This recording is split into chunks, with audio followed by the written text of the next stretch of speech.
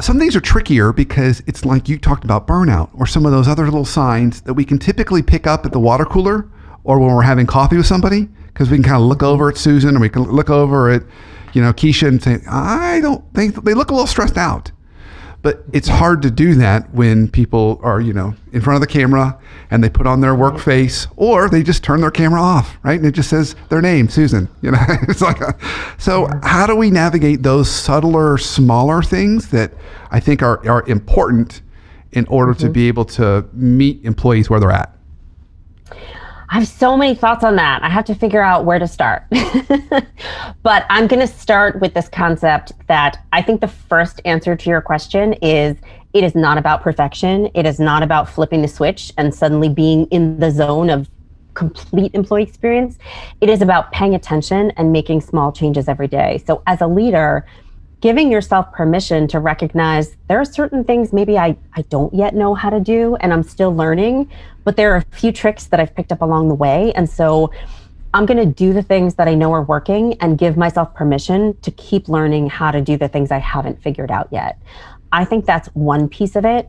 But the other piece is, and I want to address Susan and Keisha, and I don't know if they're real people, but I am going to talk to them. And I'm going to say, Susan and Keisha, you need to be advocating for yourselves. And that is a really important piece of this framework as well, because you're right. Leaders can't always see us. And that's why there's an imperative for each of us personally to advocate for our own well-being, our own boundaries, our own need for development, our own sense of, wow, I could be delivering this project so much more efficiently if only my manager would start doing X or stop doing Y. And so I think a big piece of the answer here is that you're right. I do think that there is a responsibility that sits on the shoulder of the managers, but there's just as much responsibility that sits on the shoulder of the individual. Yeah, I think that's a really important point. Because I think in the past, we've kind of just said, no, that's the manager's job to kind of figure out when you're stressed out or overloaded and then help correct that, versus making it maybe a shared conversation, shared responsibility. We're not putting it all on the employee, but it should be a shared one. And if you're working virtually, it has to be, to your point, that you can't be able to read all that stuff. So, okay, something else that we've seen, which has been unusual for us in the working world, is we have seen people get onboarded and work in jobs over the last 9 months or a year and never actually even walk into the office once, never actually shake hands of their manager or any coworkers, not actually have a meal with one person they work with. Can you deliver on a robust employee experience when those are some of the constraints? Yeah, I get it. And I would say right now, because you're right, it's been about a year, probably close to half of my clients right now are exactly in that situation. So probably about half of my clients have never been in their own physical workspace, have never met their own colleagues or leader. And it's a pretty surreal experience. And I think that the answer is yes, right? I think that the answer is, whether or not you've ever met anybody in person, are you finding ways to do these four things, right? Deliver, develop, connect, and thrive. And I think, yes, we've had to change up a lot of our strategies and our tactics. But as far as I'm concerned, the underlying mindset is still the same. When a new employee comes on, how do you make them feel welcome? How do you help them understand who your customer is and what your organizational purpose is? How do you ensure that they have the tools and resources? Now, what tools and resources they need are different now than they would have been a year ago, but your responsibility as an organization to be sure that they have those tools and resources has not changed. Your responsibility to recognize great work, to make sure that people have the opportunity to set boundaries.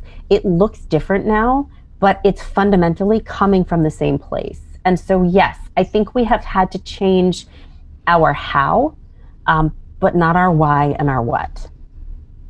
Yeah. Yeah. So actually what I wrote down was, kind of this idea of, remote workers. One of the antidotes that we can still kind of deliver on that employee experience is we just have to be more intentional about articulating. I just wrote down the word culture to kind of capture so many of those pieces, because I think so much of culture is a thing you kind of taste and feel and breathe.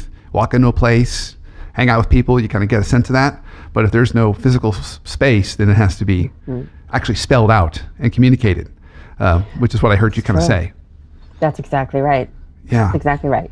Wow. So, okay. So here's my last kind of question for this kind of conversation. What are some warning signs? What are some things that you think us as managers, leaders need to be really watching out for that could really derail the employee experience, both in March 2021, but even over the next 6 months as we go to something kind of towards normal ish? What are some things we need to watch out for?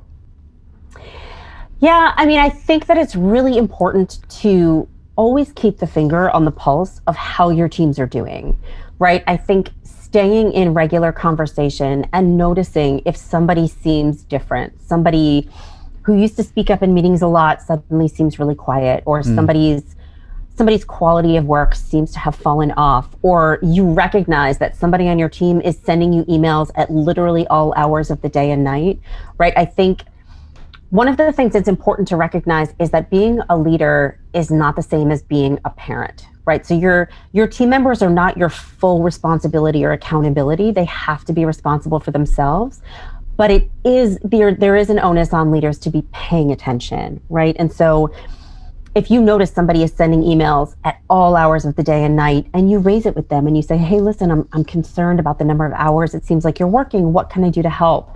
And if that person turns around and says, you know what, I live by myself in an apartment, I have nothing else right now, and this is really what's occupying my brain, and I'm happy, then as a manager, there's nothing you need to do there, right? You need to raise the question, you need to note what's happening, but it's not your responsibility to necessarily make a change.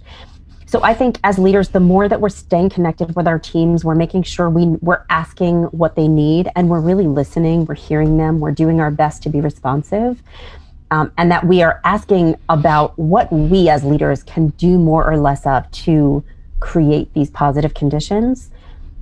That's how I think we are going to achieve the best results. And I think the signs to watch out for are just any signals that your employees are giving you, either verbally or in their absence or in their silence, paying attention to those and just being curious about, hey, is everything okay? Is there anything you need from me? Yeah, I also heard something in there. You used the word earlier. I heard also boundaries, helping them with boundaries, because we don't have the physical boundaries anymore of going in and working from 9 to 5. So there could be boundaries. But what I also heard in there, hopefully I'm interpreting this right, is you didn't say prescribe boundaries to them. You said check with them, make sure that they've got healthy boundaries, but allow them to set the boundaries that are going to work best for their life.